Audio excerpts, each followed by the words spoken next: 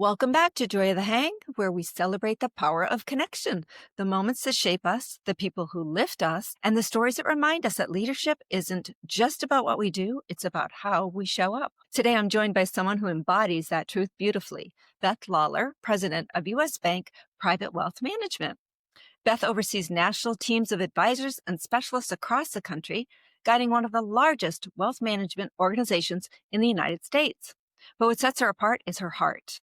With more than 25 years in the industry and leadership roles at UBS, Merrill Lynch, Morgan Stanley, and Wells Fargo, Beth is known not just for strategy and success, but for leading with empathy, authenticity, and humanity. Named one of Crain's New York Business Notable Women on Wall Street, Beth believes that every person brings something unique to the table, and that true leadership begins when we honor the individual behind the title. She's also deeply committed to giving back, from mentoring young professionals to volunteering for Cat Pick. Am I saying that right? Yes, it's a cat rescue. Animal rescue for over 15 years. Okay. In this conversation, we'll explore what it means to lead with purpose in a high-performance world, how to build culture through connection, and why heart-centered leadership isn't a soft skill, it's a superpower. So settle in. This is one of those hangs that remind us that success and soul can absolutely coexist. Welcome to Joy of the Hang, and welcome, Beth Lawlor. Thank you so much. It's such a pleasure to be here today. Thank you for inviting me. Thank you. I'm glad we were finally able to connect. I know. Absolutely. We've Yeah. been working on this for like 6 months. For a few months. Mhm. Yeah, I'm excited to have you Perfect. here. Thank you. So let's start at the beginning. Take us back. What first drew you to this wealth management industry? You know, it's really funny. So I might be dating myself a little bit, but when I was young, I wanted to be Nadia Comaneci, and that didn't work out so well. So, when I was in college, I was a psychology major, and I was always interested in how people think, how people build relationships, how you entrust yourself to others, and who you sort of align yourself in your posse with. And so I had this opportunity right after college to join Chase. And I said, I never really thought about a career in finance. And they said, well, it's a management training program. It's a leadership training program. And the skill sets that you need to be a leader are perfectly aligned with a psychology major, because our wealth business is built so much on relationships. So I've found that my studies have really served me well over the last 30 years of really being able to figure out, not only for our clients, but for my team members as well, how you treat people equally, but not the same. Because what motivates you is very different than what motivates Johnny Jones or Sally Smith. And so uncovering, kind of what is behind the person has always been fascinating to me. So it's just been a tremendously rewarding career in wealth management. All right. So I need to ask a few questions because Sure. my daughter just graduated with a psychology degree Oh, I as love it. well. I love So it. what were you hoping to do with that? If it I wasn't thought I wealth was going to be a psychologist or a psychiatrist. I thought that's eventually what I was going to do, to counsel people. And it's funny, leading from the heart, as you said, that's sort of, I think, I'm hoping that's my legacy someday, but I think that's what I'm sort of known for. And I thought about a career in just counseling. And although that is incredibly rewarding, it's so important, especially today with all the mental health challenges that people face, I thought it might eat away at me too much. I thought it might really sort of bring me down instead of lifting me and others up. And so I thought I could have a larger impact if I could lead organizations at a larger scale than working with clients one-on-one. So I pivoted quite a bit, and I had a few student loans to pay back. So going into Chase right away and in corporate America was a little bit more appealing than taking on more student debt. I can relate to that because I went to Northeastern, so I wasn't far from you. Yes. You're at BC, right? Yes, Boston College. Yeah. And I was at Northeastern, not far away, probably around the same time. Hockey rivals. They were. Yes, They still are. They are and were. Yeah. Part of the, what was it, Beanpot? Is that what Yes, it's called? the bean pot. Yes, yes. So I remember I majored in journalism. So same thing. Oh, I graduated with a degree in journalism and was like, oh my gosh, I have all this debt to pay back. right. And the jobs were paying less than minimum wage. Oh, But yeah, you figured out the hours you sure. had to put in to pay your dues, Oh, right? yeah. So I ended up in the hotel field. So same thing. Same thing. Yeah, you sort of Just pivoted, pivot, and yeah. it sounds like, why didn't you follow your dream? But I feel like I did follow my dream. Same, yeah. And my brother and I were first generation college. And so my parents sacrificed so much working two jobs so that we could have the education they never had the opportunity to have. And so, I had to take on some student loans to help supplement that. And so, to your point, Yeah. graduating with an opportunity to make some money in New York City, and my parents live in New Jersey, so I could commute. So that was appealing as well. Yeah.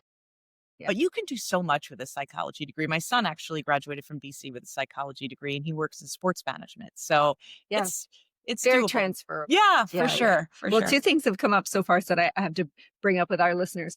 A lot of listeners might not know who Nadia Comaneci is. So I think we need to, first of all, Romanian gymnast who Yeah. won, what was it, 10 gold medals? yes. I know I was a little girl at the time, but I Yeah. remember watching her, right? She was incredible. Yeah.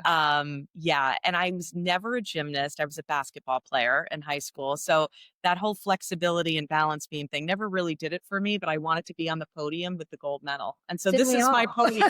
Right? Exactly. This is my Didn't we podium, all? being able to, chat with you and with our listeners as well. I love it. And then you also said something. You said, I wanted to be someone who leads with heart. What does Mhm. that look like for you to lead with heart? It's really important to me to be a leader that's super authentic, and people use that word a lot, but I've had the nickname over my career of the Velvet Hammer. So I try to get the best out of people in the most gracious way possible. I'm very direct, but yet I feel like when you really know people and you peel back the onion and you know who they are, the little things become the big things. Right. I had a colleague that was taking a massive exam the other day, and he's probably 4 levels below me in the org chart. But I knew about this and he was nervous about it.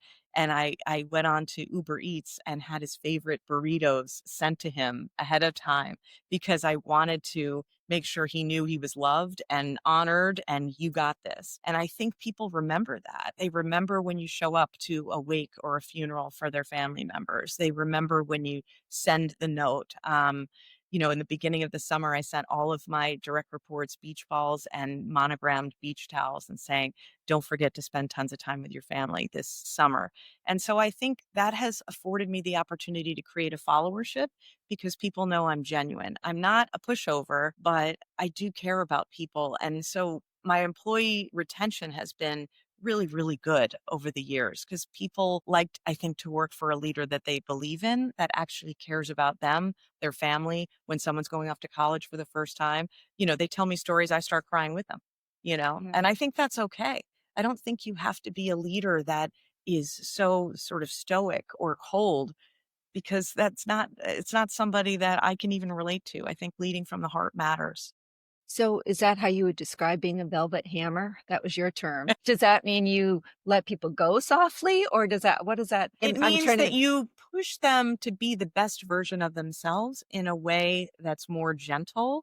And sometimes you have to be direct, but I push them because I think some people are capable of so much more. And I don't have a lot of tolerance for mediocrity. I don't gravitate towards people that have energy like yourself. We hit it off right away and really are passionate about our business, our clients, one another. I mean, I think it's Richard Branson that said, when you treat your employees well, the rest just falls into place Yeah. because they feel like they want to do the best they possibly can for you. Well, and it reminds me of another quote that's people don't care how much you know until they know how much you care, 100%. right? So 100%. that is a Yeah. mantra that I've tried to live by in my career too. Yeah.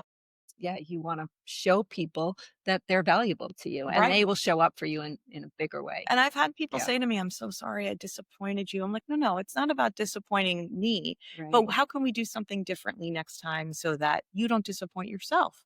Right. Because we're all, equal, yet it doesn't matter what level in the organization you are. It's an amazing ecosystem, like corporate America or whatever, career people choose. Everybody plays a role. Everybody has a cog in the wheel. And, I spend a lot of time in airports. I travel on plane almost every single week. Without the gentlemen and the ladies going like this with their lights, and backing up the plane, where would we be? I went through Newark Airport on Tuesday and I was thanking TSA agents because without them and who are all working without pay right now, where would we be? They're keeping us safe, Right. And so I think it really matters to just sort of value everyone, regardless of where you are in the hierarchy. And I love that because oftentimes people put so much value on the people at the top. Mm-hmm. And I always like to lead from the bottom up because I used Mhm. to say in the hotel business, I was a general manager, and I used to say, without that housekeeper cleaning the room, we don't have a room to sell. 100%. So, and the 100%. janitor cleaning the hallways or whatever. I'm like, these are the people that you have to make sure you're rewarding and acknowledging, right? And I think you learn lessons along the way, right, Mhm. Sharon? I worked for a woman once in a large organization, and she was not the definition of an inspirational leader, but she taught me so much about what not to do when I became a leader of a critical mass of people. Specific example, she never would call me directly, even though I was the top salesperson for 3 years in a row. Mm. Never would call and say, "Hey, great job, Beth. Thanks for keeping the lights on." Nothing at all. One day she had her assistant call me and say, "So and so is holding for you." And I was like, "Oh, this is my call. This is the recognition." Because when you're in sales, like, people like to be recognized, Oh, right? yeah. There it's a different wiring. And she gets on the phone and she said, "I'm really concerned. Your entries in Salesforce are the least amount of characters of anybody in the country." I couldn't believe it, Sharon. I was like, Wow. wow, I thought this was my call. And I said, "Well, that's because I don't spend a lot of time writing about what I'm doing. I just put the numbers on the board." And that next week, I left and resigned and went to another firm because I said, "You know what? I don't feel valued here." And I said to myself, even though I was, a medium sort of level in the organization, I will never treat people the way that she made me feel when I have a position of authority and a large span of control. And it was the greatest gift, I think, in my leadership career that I worked for somebody that was not so great, right? I Yeah. think you can learn a lot from people that aren't great leaders. Well, and it's reminding me of a story. I love that you shared that because I had a boss once who, when I worked in the hotel business, he owned 15 hotels all throughout New England. Mm. And I was having my first child. I was pregnant with my first child when I worked for him. And when I went into the hospital to give birth, he was the owner of all of these hotels was the first phone call I got the next Oh, morning. that is so lovely. Same thing though. I was just like, I didn't even know the man knew my name. Right. And And he he knew you found were out having the biggest moment of your and knew life. where I was Yes. and knew which hospital I was at Right. and called to congratulate me and tell me to take my time coming back to work. Isn't that But that's amazing. it's amazing. It's an amazing story. But on the flip side, about a year later, he sold his portfolio to Starwood.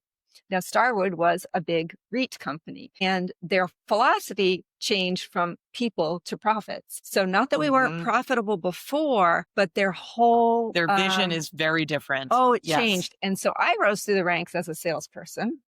I was a director of sales and then rose to a general manager. And so I didn't have a financial background. I wasn't a CFO, right? So I didn't have they were all about what's the budget look like? What are the projections? We need to report to our stockholders.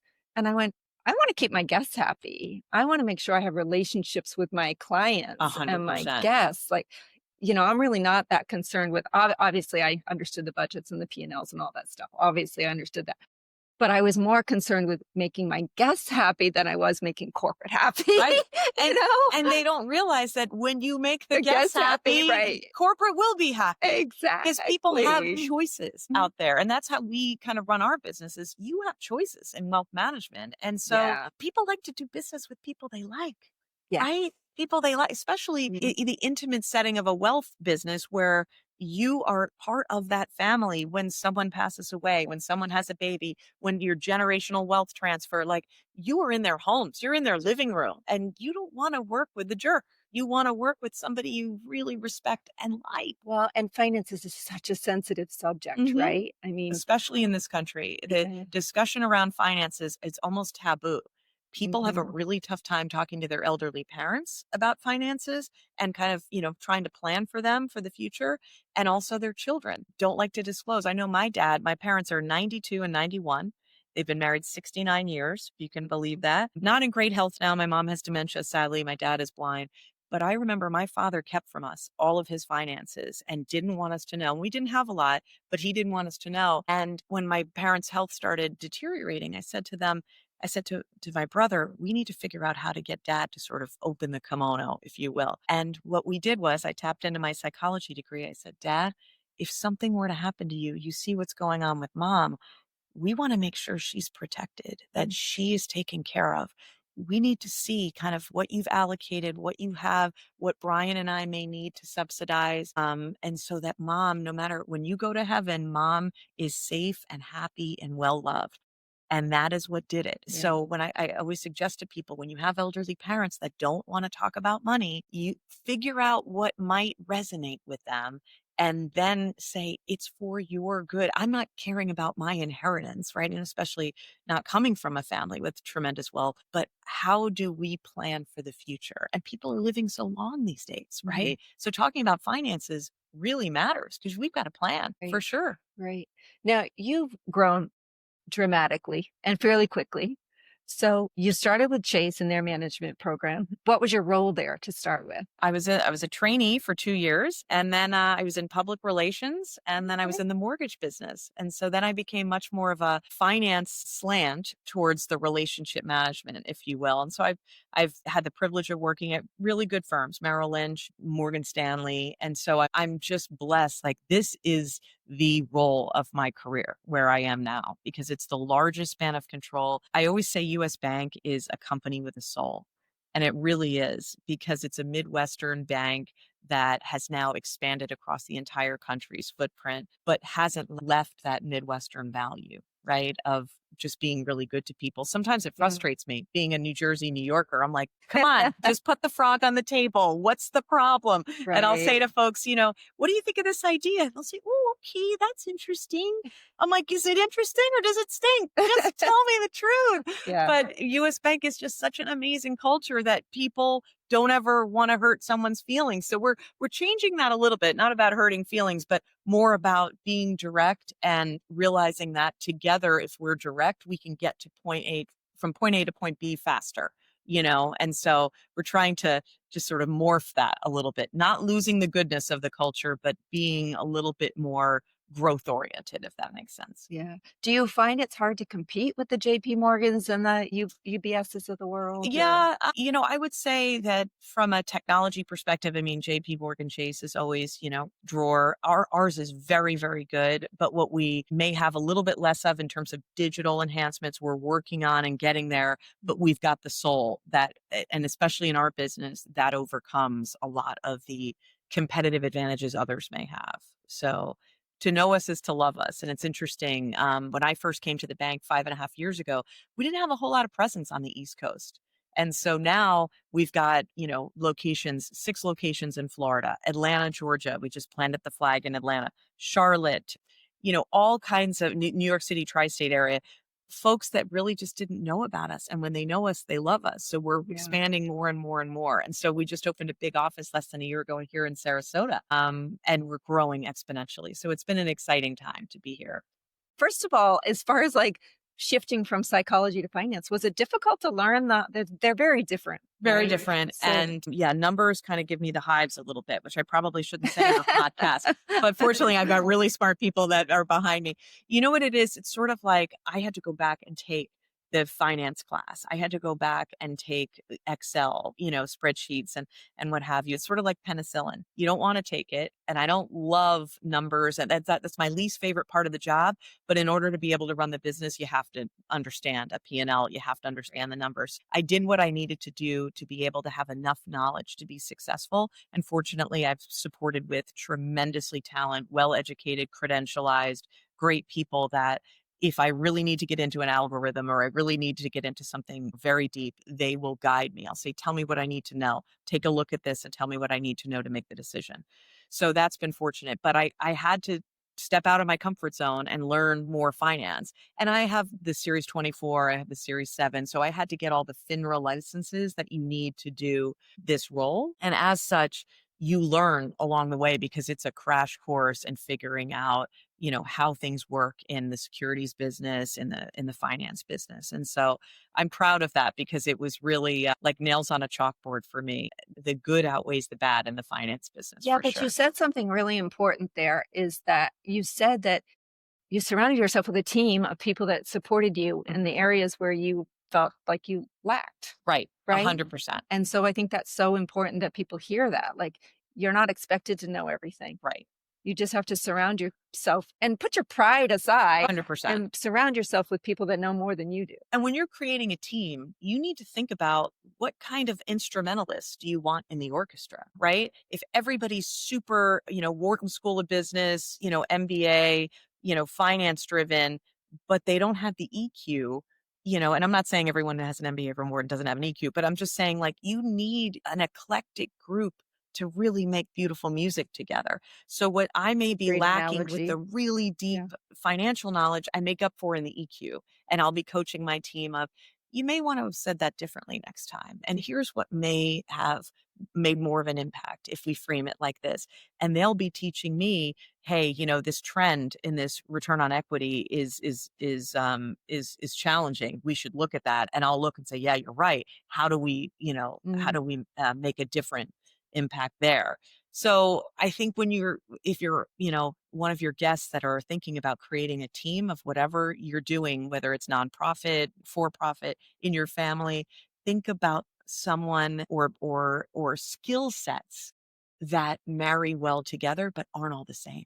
You don't right. want a team of people that are all the same, right? You want Right. different lenses. Exactly. Yeah. Exactly. So I want to talk, a lot of our listeners are women, and let's talk to that woman who maybe is going through a divorce or is, again, not comfortable with numbers or Hmm. finance, and they're trying to figure out their future, right? So, for example, I'll use me as an example. So, I went through a divorce a few years ago, and in the divorce was given a 401k. Hmm. But again, I didn't have, I was like, okay, now what do I do with this? How do I survive? How do you navigate those waters with these women that are really uncomfortable Hmm. with, what do I do next? My husband always took care of that, right? Yes. Yes. So what would you say to that woman? Well, it's interesting because women tend to have much less confidence when it comes to money. It doesn't matter if you're going through a challenging situation like a divorce, if you're happily married for 40 years, whatever it may be, men tend to be more confident than women. Mm, And that has gone on for years. You think about years ago, women, when they went to college 40, 50 years ago, were either a teaching major, education major, or a nurse. right. Now it's 50-50 in the business schools, 50% men, 50% women. And so when we think about the lack of confidence, we actually saw quite a shift during COVID because there were so many podcasts out there that allowed women to be vulnerable to learn more about finance without exposing that they didn't know much, right? So we've seen that gap of education from men to women in terms of financial knowledge close quite a bit. But I would say if you're a woman out there and you're not feeling confident today, take inventory of what you have. Take inventory of what your assets are, what your liabilities are, your home, whether it's liquid assets or assets in a residence, and talk to a financial professional. Map out everything and say, you know what, this is what's important to me. This is where I'd like to be in 5 years, or what I want to make sure my kids are well educated, or I'd like to have get rid of my debt or own a second home, whatever it may be. Everybody's journey is different, but don't be afraid to talk to a professional. And who does that? It may look like you want to talk to another woman, because women tend to connect really well with women. Maybe not, you don't have to have a female advisor, but somebody that really you feel a connection with that's credentialized. So you think about a certified financial planner, a CFP. People say, well, what firm? I mean, obviously, we'd love folks to come to U.S. Bank, but when you look out there, there's a lot of choices now. Yeah. Just make sure somebody's credentialized and that they're not just hanging a shingle on the wall Yeah. saying, I'm a financial advisor, Yeah. because not everyone is the same. And you want to have certain education levels that folks can say, okay, if I had this in my 401k and you're telling me this is what your hope and dream is, this is what you may think about doing. And obviously, you make the choice, but you do it in concert with a professional that has clients that look and feel very similar to what your situation is, particular about a divorce. So no, this is great advice because I did hire a financial advisor, but I didn't trust him. Hmm. Okay. So there was this level of, I think somebody referred me to him, Hmm. right? And I didn't shop around. I didn't know what to look for in a Hmm. financial advisor. I just knew that I really didn't know what I was doing with my money. What kind of questions should you ask when you're looking for a financial advisor? And then what should you expect them to do for you? Like, do you expect that they will contact you a couple times a year? How often should you be evaluating your portfolio? What kinds of things should you look for? Well, first, you want to find somebody that you're comfortable with, Yeah. right? I find it, as a woman, you want someone to ask you a lot of questions, right? Not just assume and start telling you information about who you are and what you should do. I think that is a key. The key to finding somebody you're going to gel with is who asks you the questions and really wants to get to know you and what's important to you. As I mentioned before, credentials matter. Going to a top rate firm, but also that individual. How long have they been in the business? What does their client base look like overall? How many clients do they have? And just because they've been in the business a long time doesn't mean it's a great fit for you. But you want to have a certain amount of experience so that they've ridden some of the markets, right? The markets are volatile, they go up and down. How have they managed through that? Ask them the questions about how do you guide someone through, with the tariffs and you see, sort of volatility in the market every day. How have you been guiding your clients through that? What's your philosophy on sort of long-term investing? What's your philosophy on Bitcoin? Whatever it may be, you come with a list of questions. Tell me about your average client. And if a lot of the clients they're talking about don't really look or feel like you, maybe it's not the right person. It's good that you got a referral, but I would say interview at least three people, and then go, you'll know. Women, we are amazing creatures. We know that connectivity and that intuitive sort of bond that you have right away. It's funny. Men tend to be more confident even as advisors than women, which is interesting because I always tell people when there's a job posting out there, there could be 10 criteria, Sharon. If a man doesn't have 8 of them, but has 2, they'll say, I'm posting for that job. I could do that job. If a woman doesn't have all 10. one Yeah. thing, I'm not qualified. Right. Why is that? It's the confidence level. And so that's why I do things like this, the important conversations with women like yourself to help bridge that gap so that women can empower themselves because finance isn't so complicated. It's a language that women need to be fluent in. We need to be fluent. You don't need to know everything, but you need to know some basics. So when you're shopping for an advisor, who's that person you feel a connection with that really has the experience that you think is going to serve you well? Are the products that are available, stock markets, money markets, all of that, is it available to all the different firms? So can anybody go in or are there JP Morgan specific accounts? Firms do have specific, products and services. I would say by and large, you can be well serviced in most firms. It's really more of the relationship. So it's not like, if you were to come to U.S. Bank, well, we don't have this particular fund. You have such a plethora that your advisor will guide you. What I found is women in particular are very into impact investing. So I want to invest in something that's going to help me give back to the world. That's, this fund supports the rainforest in Brazil or what have you. So if that's important to you, make sure that the firm that you choose has those type of products and solutions available to you. I would say digital capabilities. We do a really good job of marrying our digital capabilities with our human capabilities because they live on their phone. They just want to be able to check out your account, see what, where the money is today. Did this check clear? How's the market doing? Where's my equity portfolio? You should be able to do that all on your phone. So you mentioned Bitcoin and cryptocurrency in general. Is that something that U.S. Bank is getting involved with? So we do have that capability. I'm probably not the expert to speak with that. It's more of my chief investment officer, Eric Friedman. But people like to talk about it a lot, and they want to make sure that folks have capabilities, that firms have capabilities in that. But I'm certainly not the expert in Bitcoin for sure. Heard on another recent podcast that you were on that AI is a big topic right now. Big topic. How is AI changing the financial world? The way we're using AI and it's incredible, right? I mean, you can go to ChatGPT and pretty much get a response for anything. In fact, my son recently got married in Boston in July, and I was struggling with how do I start out, my speech. My husband and I were giving a speech at the rehearsal dinner, and I started putting into ChatGPT. He's a humble kid. He's, always been an overachiever, but never wants the attention, blah, blah, blah. It spit out the most incredible rehearsal dinner speech ever. Sorry, Brendan. But I literally tweaked that, and it was amazing. So when I think about AI for us, It doesn't replace people where we are. It affords us more capacity to do different things with the clients we have. Right. So, for example, if we can automate some of the systematized things that we're going to do now, it takes 30% off of my day-to-day workload so that I can focus on going and spreading the word to more potential clients, doing things like this because I have AI to write the next leadership, council agenda that I'm going to do. It's not a replacement. It's a supplement. It's a tool. It's a tool. It's It's a another tool. tool in our toolbox. And people are really Yeah. afraid of AI. I've found lately when we start talking about it, because they'll Yeah. say, well, it's going to replace people. Maybe in some industries, there are certain things that it might replace a human. But in the wealth business, it's all about humans. Yeah. So that's never going to go away. You're always going to want an advisor. Well, and my thing is, I guess it can, like I use it a lot for marketing, right? And for maybe a TikTok post or an Instagram post.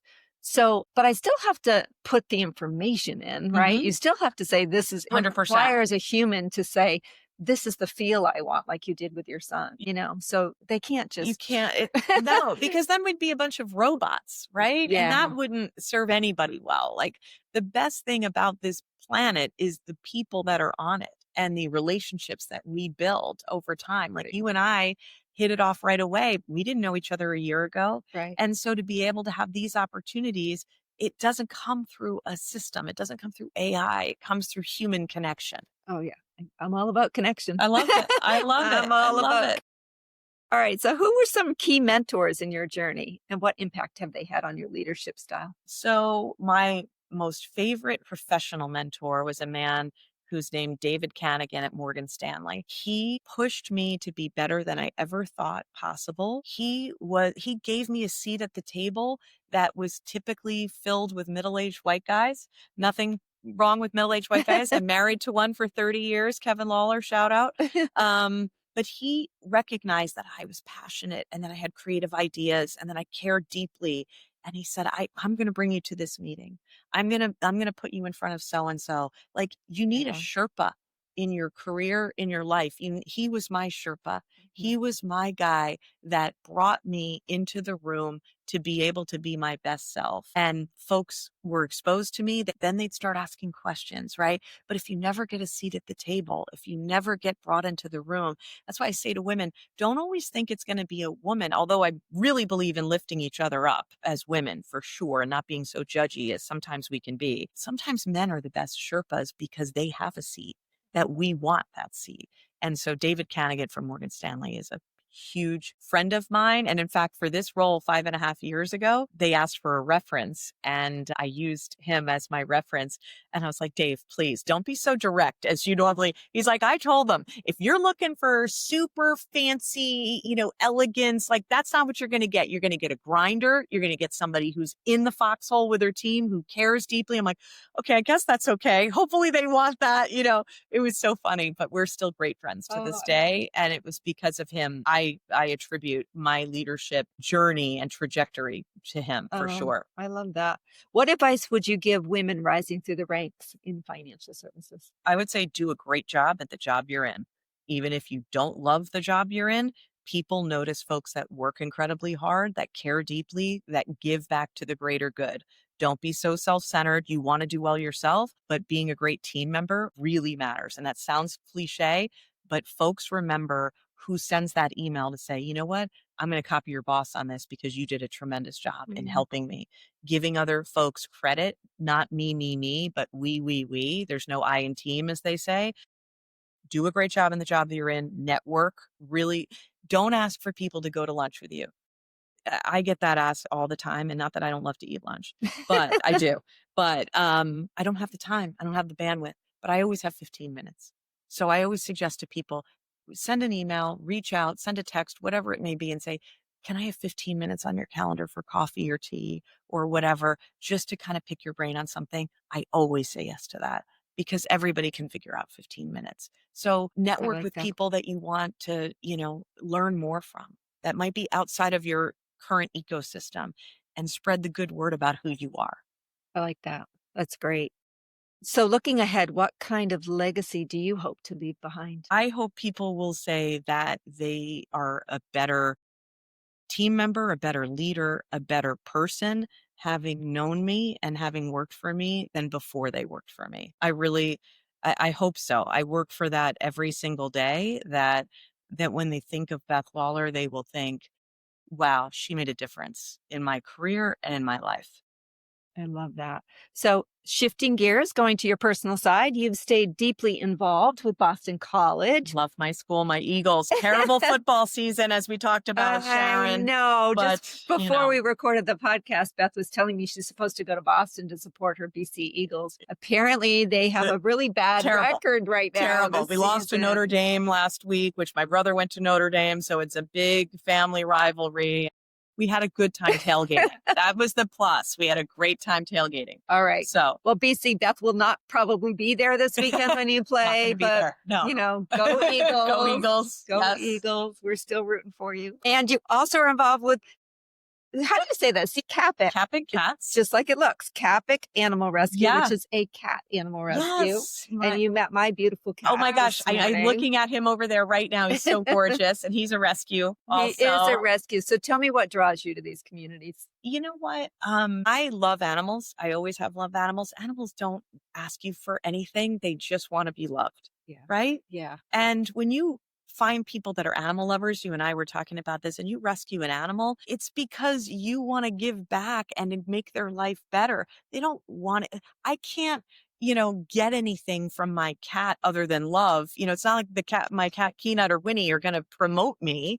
But they are such company and such zen and peacefulness, Calm you, don't they? Yeah. Yeah. I mean, at times that I've had challenges in my career or my personal life, my cat's 18 and he would sit right by my side, and it was just hearing him purr was so wonderful and loving. Yeah. And so I find a lot of fulfillment out of rescuing those that just need our help. So I fostered 1 million kittens over the years. My husband would come home from work and look in the bathroom and he's like, are you kidding me? The mama and the family of 6 little kittens. Uh-oh. And I said, they're only going to be here for 3 weeks until they wean off the mom. And then they're going to find homes. He's like, I've heard this story before, seen this movie before. But I love animal rescuers because there's just a certain connection of the heart that you have when you save an animal. So thank you for doing that. And I was telling you, so my cat actually went to college with my daughter. So great. But I have to say, the best part about it is exactly what you said. It brought her so much comfort because it's such a stressful environment. 100%. So she said that a lot of her friends would come visit her room just to hang out with the cat because they just needed to feel some sense of and I think they do that now on college campuses. They'll bring dogs during exam time for people to pet and just kind of have that calmness that an animal brings. And they just want to be loved. They're not needing anything. They're not asking to be on your calendar. They just want to sit and watch the Hallmark Channel with you.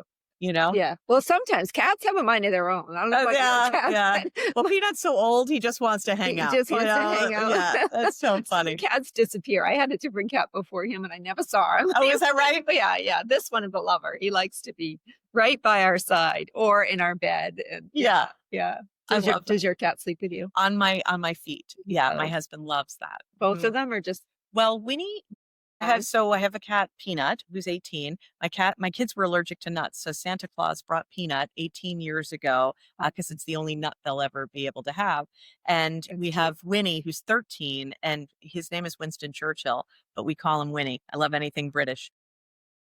He's 24 pounds. So he has a tough time jumping up on our bed, Sharon, because he's kind of a chunky monk, but we love him so much. And he actually was outside the other day in our backyard and killed a bird. We were so proud of him. Not that I wanted to kill a bird. I felt bad for the bird, but I was like, oh, Winnie, go get him. He still has it. He still has it. Maybe he sat on him. I don't know. But he is a chunky monk. What color is he? Is he like Garfield? He's gray. He's a super soft gray with white mitten paws. Oh. And I think he just probably swatted him, and he's so big, the poor bird didn't stand a chance. Oh my gosh. You might need pictures of Winnie and Peanut to put I will. I'll send you to them. They're one's 6.5 pounds, one's 24. So you you will see quite the contrast. God. All right. So I know you also have children. How has your family influenced your leadership? And what's it like to see your kids continue the Boston College Oh, tradition? I'm so grateful. My daughter and my son. So my daughter Jillian and my son Brendan both went to BC. They loved their experience. So they both live in Boston now. And so they come to our tailgates with their friends. So that's one of the reasons why we continue the season tickets and tailgate pass, even though the team is terrible, because I get to be joyful with my With kids. your But kids, it's yeah. great having that legacy. My husband jokes he's the only one that didn't go to BC. And I said, when you retire, you should go get some masters there, Yes. something, just so that he has an MBA, but not from BC. And I said, we'll find something, that for you to, so you can be an Eagle too. But what's interesting? My son went to an all boys Catholic school and my daughter went to an all women's Catholic school. And I was one of the few women that were working at this school, and a lot of stay at home moms. My very very best friend Jill Stanley is a stay at home mom. Not judging either way, but I was one of the few working moms. When my daughter graduated, she said to me during her graduation toast at her party, she said, "Mommy, I'm so glad that you showed me and my friends that there are options out there. Not that you Oh, have to be a career person, but you made it happen. And I never felt like you weren't present. You would run in sometimes with your briefcase and your suit on and be there at the assembly, and everyone else had already, taken their seat. But I knew you were there, and you set an example that you can have it all, maybe not all at one time, but you can really make a difference in the corporate environment or in a professional environment, if you choose not to take the path of being a stay-at-home mom, which is very, very hard work also, for sure. oh, it is, yeah. But I love that you shared that. Was there ever a moment when you felt like you couldn't have it all and it was too much? 100%. I feel like that almost every day. Do you? Okay. No, I No, mean, I mean, it's good it's to a be lot. honest about that It's a because lot. you make it Yes. seem so easy, right? Well, But being in finance in 2008 was a really tough time. My husband works at Morgan Stanley, and so every day we woke up and we would see what the markets were doing overseas, and the Dow was going to be down 1,000 points again and again and again. And it was very stressful because we have two kids in private school, we had a home, lots of financial responsibilities, and you're seeing your portfolios diminish every single day. So it was weighing really heavy on a lot of us, right? Mhm. And we just didn't know. Even the best financial professionals couldn't have predicted what happened. And so I think that there are always times as women, whether you're working outside the home or not, where you question what you're doing and am I doing the right thing for my children? I think I've set a good example from my kids. We have a great relationship. My daughter-in-law now, Sarah, who is a nurse practitioner in Boston, like, we talk about just great things, great subjects. And even though we're very different in terms of our career paths, I would say that, you know, bungling raising your kids is probably the worst thing that you could ever do as a mom. And I had opportunities when my kids were in high school to have more responsibility and promotion opportunities, but it would have required 80% travel. And I said, I got to be there. My daughter was a competitive fencer. She was actually captain of the team at Boston College and won the bronze medal in the ACC championship. So she was Wow. quite the athlete. And I said, if I'm not there for her, when you have a kid in travel kind of sports, if you're not there, they're never going to have the opportunities to really grow and get recruited from a college and all of that. And so I had to end up working for somebody that I didn't respect as much. I knew I could do the job better, but I had to just step back and take the job that I was in and say, someday I will have a role like that, but not now. I need to be home for my kids. So I'm curious, did you find that your husband had that same sort of, not guilt, but that same sort of fire to want to be there for the kids that we do as moms? I don't Do you know I what I'm don't do you he know what I'm loves saying? them equally Well, of as I course, do, but no is the answer. right. And that's not a diss to Kevin Lawlor or any husband out there. I think No. they want to be with their kids and they want to be present. But women, Sharon, are, as I said earlier, amazing creatures. We have this constant ticker tape in our head of things that we need to do, Yeah. right? Somehow the kids opened up the fridge and there was food in there. Somehow their uniforms were clean and hung up. And it's not that my husband or other husbands wouldn't do it. they just don't necessarily They're not wired think that way. to do it. Like Right. I'll call my husband at work today and say, hey, he's like, I'm working. Can you call me? Well, what do you think I'm doing? Yeah. You know what I mean? Yeah. But I think, just are wired differently, that we have the ability to multitask in ways that men typically don't. And not all, Yeah. but in my experience has been, I was joking yesterday. I said, when you have kids that are of school age, grade school or high school, do you think Kevin Lawlor ever thought that come August, you needed to fill out all these forms and have them go get their physical? Right. They just don't think like that. It's not that Kevin wouldn't take the kids to the physical. Of course he would. He loves them. But he didn't think in advance that this is a process that we need. I'll tell you one really quick story. My daughter was in 5th grade. I'll never forget it. I was in Los Angeles on a business trip. And as I said, they went to Catholic school, so they didn't get a bus. They had a carpool from people in our neighborhood. She calls me and she says, Mommy, who's driving carpool tomorrow? And I said, isn't Daddy right there? She's like, yeah, but he doesn't know anything. And I was like, you know what? He doesn't know anything. He doesn't. The job of the husbands when the women are traveling on business is like the second string quarterback. They're just there to keep everybody safe until the first string comes back in, right? Right. Chicken nuggets and cut up grapes 3 nights in a row. That's okay. They're safe. They're bathed. They're in bed on time. And they're going to school. They're going to school. He takes them to school, whatever. But, you think he's thinking about the birthday party, gift that he's got to get for Saturday? Absolutely not. So, yeah, I always think of that. It's, he doesn't know anything. I'm like, you're right. Hilarious. Jillian, he doesn't know anything. That's so hilarious. I know. My husband laughs and shakes his head, but he's like, that's fair. Yeah, That's fair. It is fair. It's so, but anyway, I just think that's important for, some of our female listeners to hear, because we are, not that we're expected to show up at every soccer game or be at every band practice or do all of that, but I have an innate desire 100% to be, and I'm a little bit of a control present. freak too. Yeah. Kevin will tell me, well, it's because I don't do it right, so I'll just let you do it. I'm right. like, that's fair. Yeah. I do like things done a certain way, so I just do it myself. And that's okay. And whether you work outside the home or you're in the home, you're still running the world in your family. Yeah. For the most part. Well, and my husband now tells me, if you need something from me, you need to be clear, because I'm not a mind reader. Right. And I've heard that. Right. I'm not a mind reader. Sometimes I'm just like, but wait a minute. Right. Dinner has to be served exactly 7 nights a week. 100%. Right. 100%. You know that these things. The uniforms need to be clean. Right. You took the last roll of toilet paper. Exactly. You go by the grocery store. Men. We need these creatures, but they are wired different. Do we? It's true. Oh, but I will say, anything to do with the car or anything like that, maybe that sounds very sexist, but there are certain divisions of labor in the Lawlor house that I don't get involved in. Lawn care, cars, anything like that. Well, that's true. That's true. I will give them that. And if the trash needs to be taken out, even though I'm capable of doing it, I'll probably say, I don't do that. Hey, Scott. Exactly. Take out the trash. All right, let's have a little more fun. Let's start with our lightning round. Okay. You ready? I'm ready. All right. Well, see, that one's not going to work because you don't drink coffee. I've never had a cup of coffee in my life. Well, that's a good thing. I drink a lot of tea.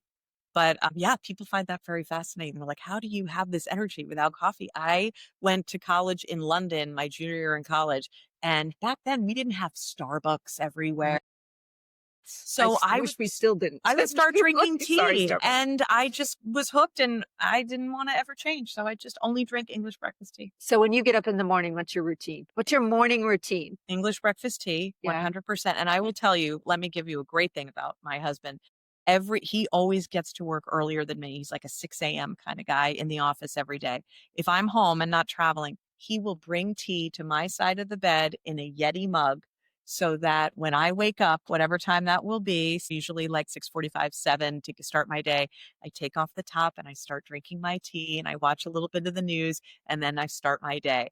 but it's so lovely to have that gift Yeah. every day. I know today I wake up in a hotel, nobody's bringing me tea. No one's, you know, I love that you yeah, shared that though, because I think that's so he important. knows It's it's about the important. little things. Little things become the big things. And That's he is right. so kind. He is such a kind soul, knowing that I don't have to get out of bed to go downstairs to make my tea and blah, blah, blah. Not that that's a big challenge, but it's nice to just start my day with a little bit of love right next to you. I love that. Do you Yeah. meditate or journal or do anything like that? I don't. I should. Okay. And I've been more mindful lately in the last couple of years. My daughter's really helped me with that. She took a mindfulness class and, you know, kind of gave me some pointers of when to take a deep breath and just let things go. I love the Mel Robbins book, Let Them. Yeah. Have you read that? Oh yeah, it's on my shelf. Oh yeah, Oh, I yeah. know. And so Yeah. I have a tough time sometimes letting people just let them, Yeah. but I remind myself every time I'm in a situation like that, like maybe that's not how I would have done it, but you know what? It's okay.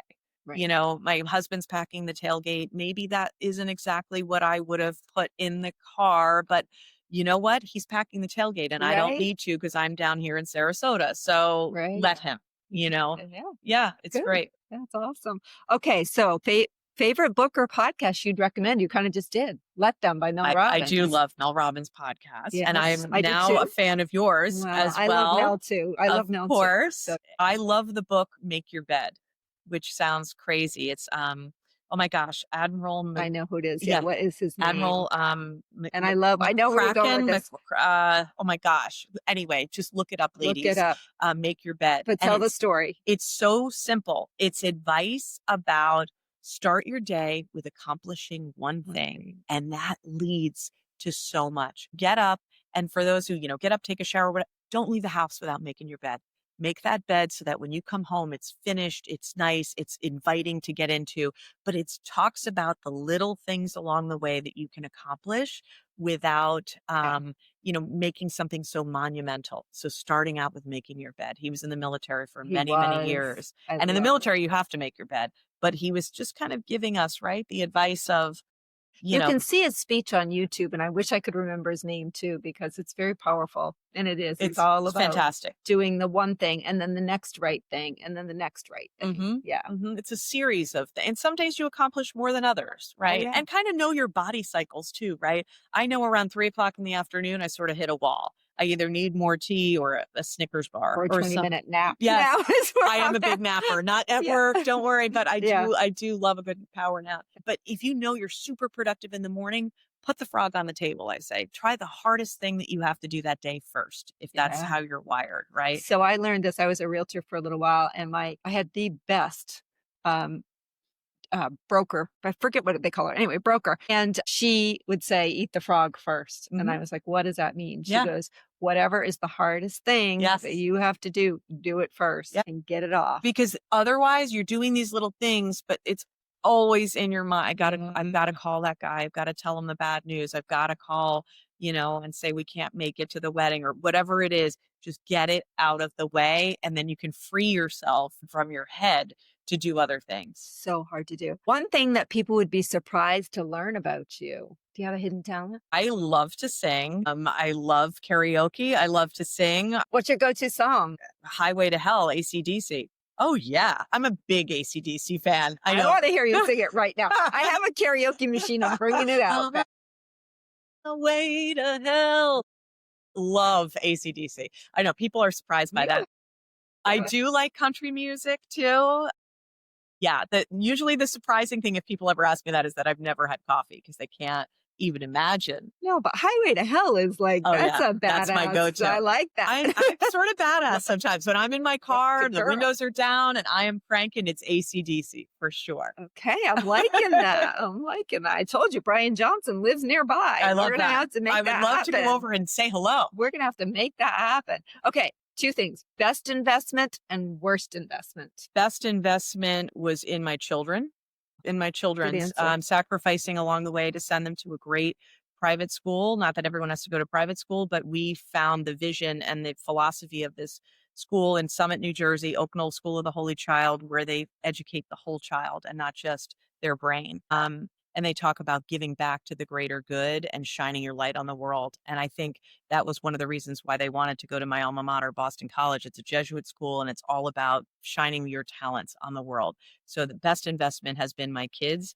I could not be more proud of who they are as human beings. My daughter is a social worker working in hospice care situations in many cases. So she's my bleeding heart that I do what I do so she can help do others, right? I like to Oh, say, and love my that. son is such a good soul too. Worst investment? That's a tough one.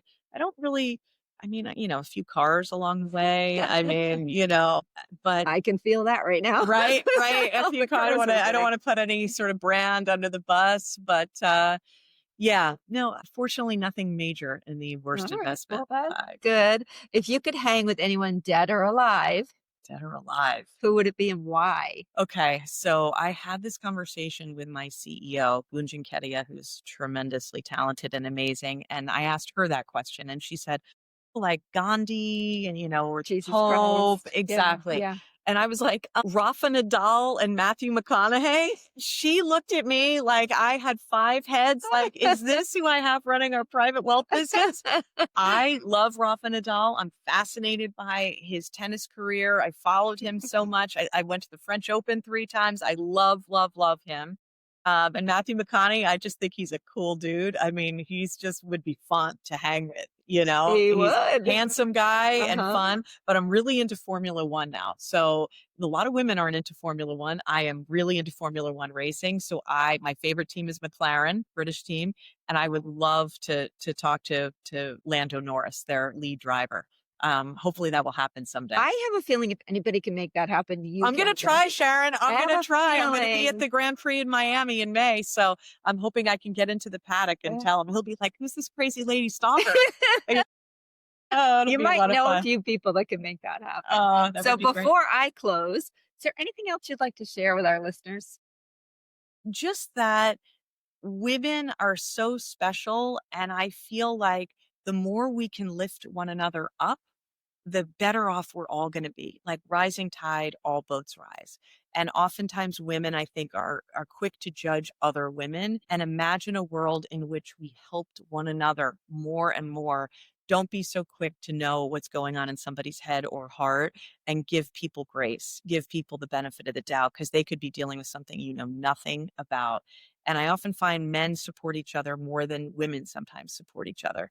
And so I do a lot of these talks across the country just to help inspire women to just be better to one another, and less gossipy. And I hate that sort of vernacular about women that we're gossipy, but I do think that sometimes we like to get the tea and the inside scoop. But just remember that we are such amazing beings, and we're so much better together. We are so much better together than we are apart. Couldn't have said it better.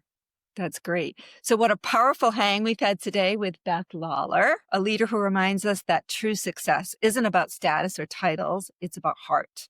Beth showed us that leadership rooted in empathy and humanity can ripple through an entire organization, and that when we lead with compassion, as you just said, everyone rises. And before we close, I want to leave you with today's joyful act.